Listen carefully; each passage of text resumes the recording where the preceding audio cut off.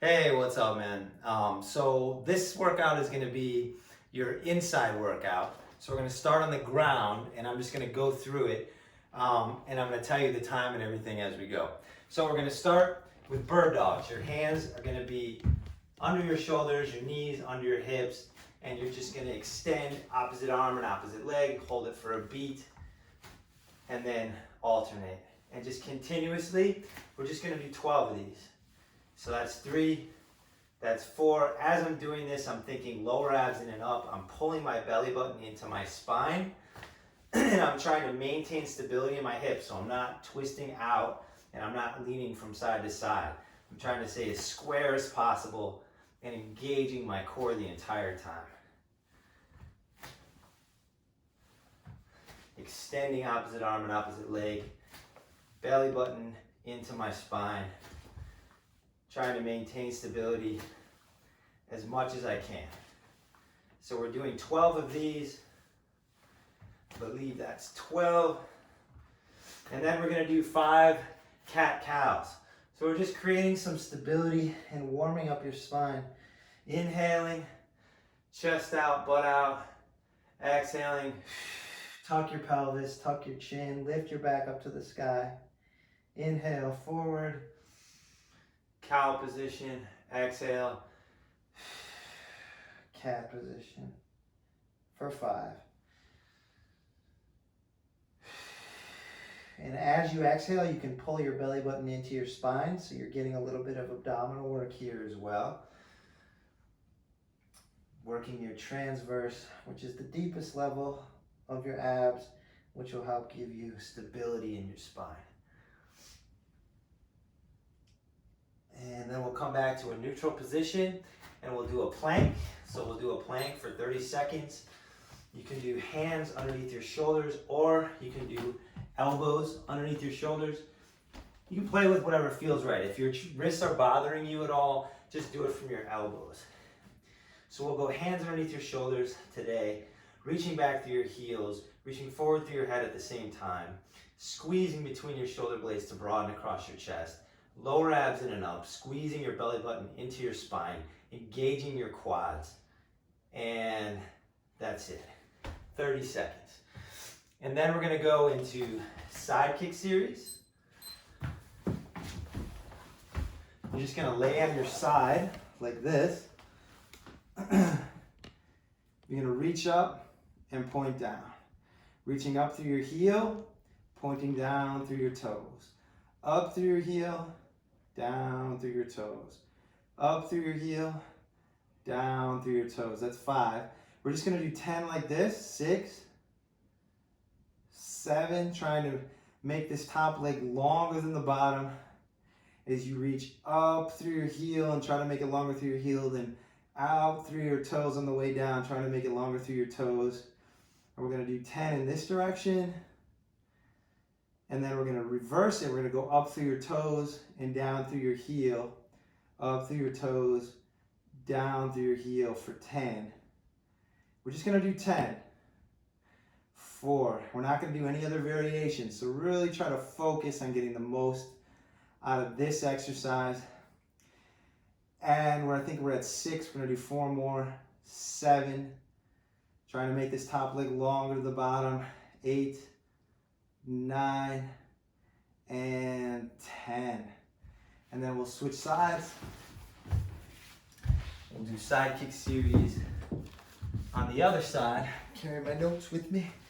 If at some point your neck starts to bother you in this position, feel free to come down like this. Sometimes it's a little bit easier. And if you feel like you're losing your balance, you can stabilize with your hand right in front of your sternum. So reaching up through your heel on this side, reaching down through your toes, reaching up through your heel, down through your toes. We're doing 10 on each side, seeing if you can elongate as you strengthen those glutes. We're working the gluteus medius, which is really good for stabilizing your knees. That's it. And your torso and your pelvis. 7, we're going to do 10 in this direction. 8, reaching through your heel, reaching through your toes. 9 and 10, and then we're going to reverse it through your toes, through your heel, through your toes, through your heel. This entire time, my abs are in and up. I'm sucking my belly button in to my spine. So this is actually an ab exercise at the same time that I'm working my glutes. I'm reaching through my head in the opposite direction as I reach through with that top leg, trying to elongate it past the bottom leg. 2 more. 9 and 10. Good. And now we're going to lie on our back. We're going to do a bridge pose. For this one, if you have a yoga block, it'd be great. If not, just use a pillow that's about this length, about hip width apart. And then bend your knees so that when you lay your arms down lengthwise, your middle finger is touching your heel. And then just lay back, squeeze the block just above your knees so that your inner thighs are engaged. Engage your abs in and up. Tuck your belly button into your spine, and then tuck your pelvis and roll up 1 vertebra at a time. And then keep your belly button tucked into your spine as you roll down 1 vertebra at a time. Seeing if you can roll your vertebra from your pelvis all the way up your back into the bridge, hold it for a beat, and then place your vertebra back on the ground from your upper back all the way down to your pelvis. And we're going to do this 12 times. So that's 2. And I encourage you to go nice and slow and maintain stability. Obviously, if you feel any pain at any point, stop and let me know and just move on to the next exercise. But this is a really good spinal articulator. You're working your glutes, you're working your lower back, you're working your core, your abdominals are actually working as well, especially if you really focus on tucking your pelvis and bringing your belly button into your spine. You're working your transverse, which is something that you can actually work no matter what exercise you're doing. And I encourage you to use it with every single exercise that we do, because it's going to help you to stabilize your spine. And it's going to help, the more you stabilize your spine, the more you create stability in your core, and it's going to really help that sciatic condition. So I believe we're on about 9. We're going to do 3 more. 3 more bridges. 1, 2, last one, 3. All right. And then we're going to do a down dog. So you're going to roll over. If you have yoga blocks, I encourage you to use these if it feels like you're not able to get a lot of weight into your legs. Otherwise, you can just do a regular down dog. And you're just going to hold it here. You're going to think lower abs in and up. Think about pushing down and away through your knuckles and up and away through your sit bones in opposite directions. You can bend your knees to try to get a flat back. And then let go of your head, neck, and shoulders and breathe in through your nose and out through your mouth 5 times.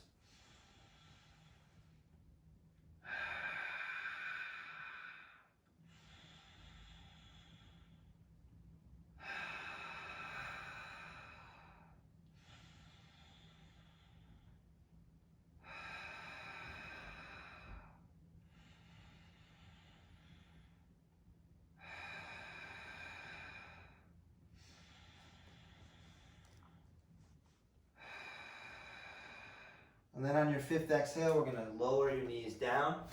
And then we're going to go to the wall. And we're going to do some band rows. So I remember last time you weren't able to put the bands in the right side of the door where it would be stable. So if you can do that, if you could put them on the other side of the door so that it doesn't open when you pull it, that would be ideal. If you don't feel comfortable, because that's like a door that goes out to the hallway or something like that, one fix is you can put your 1 foot on the door like this, and you can have your other knee on the pad, and then you could do them like this, so that you're at least holding the door closed while you're doing it.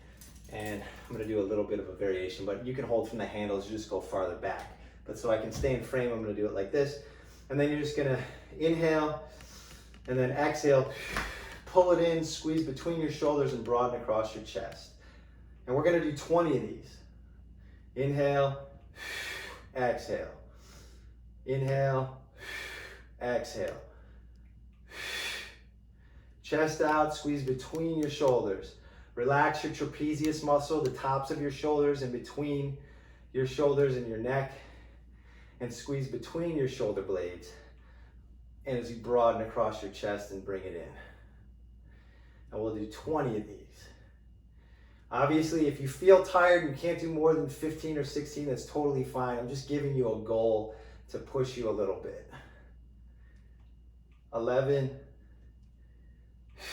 12, 13, 14, 15, 16, 17, 18, 19, 20. And if like you're on the other side of the door and you don't need to hold yourself up, you can just be from both knees like this. Or if it feels more comfortable, you can do it from one knee. And play with which side feels better, because if you feel any pain in your back trying to create stability, it's not worth it. Just let me know and I'll help you out and create a base in a way that is good for your body. All right, so the next thing we're gonna do, I'm gonna take this out. I'm gonna do bicep curls. So we'll grab the handles, we'll step on it, and we're just gonna go, let's say 15 of these. 1, inhale, 2, make sure they're both even. Also make sure your front foot is in the middle of your body so that it's nice and even. If you feel like you can put 2 feet in, go ahead, but I think 1 foot should be fine. 3, inhale, 4, look, notice that my elbows are tucked into my body and they're stationary, and you're gonna maintain abs in and up, squeezing your belly button into your spine to maintain your posture as you do this, because a lot of people will kind of bend forward or bend backwards. See if you can maintain your posture as you do it.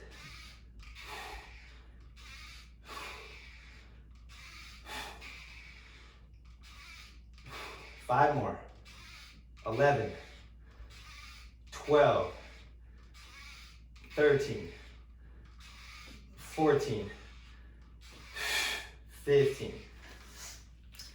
Awesome. And then we're gonna do 2 more things.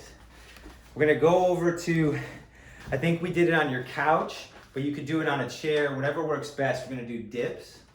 So I recommend either doing it with your hands like this, or if it's a chair, you can also do it like this. It can be easier on your palm, but make sure you're pushing through your wrist in a way that the weight goes through your elbow and not pushing your wrist backwards.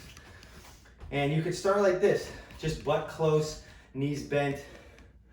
1, 2, 3, 4. We're gonna do 15. 5, 6, 7, 8. If this is easy, you can straighten your legs. 9, 10, 11, 12, 13, 14, 15. Last thing, we'll do push-ups with your feet on a chair or on the couch. So you'll just put your feet on the couch. It's an incline push-up. We're gonna work more the upper chest with this one. And we're just gonna do, we'll shoot for 10 to 12. 1, 2, 3, 4, 5, 6, 7, 8, 9, 10, 11, 12. I want to make one adjustment with this one just so you know. It's really easy for people to dip. Like, it's really easy to dip your spine and let it sink forward here. So you really got to engage your abs in and up and pull your belly button into your spine. So see if you can feel that as you do it. And if you feel this in your back at all, just do a regular push-up and put your feet on the ground. But I think you can do it if you pull your belly button up and in and you're cognizant of keeping your pelvis up the whole time. And if you don't, if you can't, you're not ready for it, no big deal. Just do a regular push-up on the ground. And that's it. That's your inside series. That's round 1. So let's put it all together and do it 2 to 3 more times. And if you can do this 3 times and it's not a problem, let me know and we'll upgrade it. But let's see how this goes. Let's see if you can do it twice, and then maybe if you can do it twice and it's okay, then go ahead and do it a third time the next time through. But let's see how your body responds to just doing 2 rounds of this, and then we'll see how it responds to 3 rounds. And then, you know, give me some feedback. If it's too easy, I'll make it harder, but I think this should be a challenge for right now.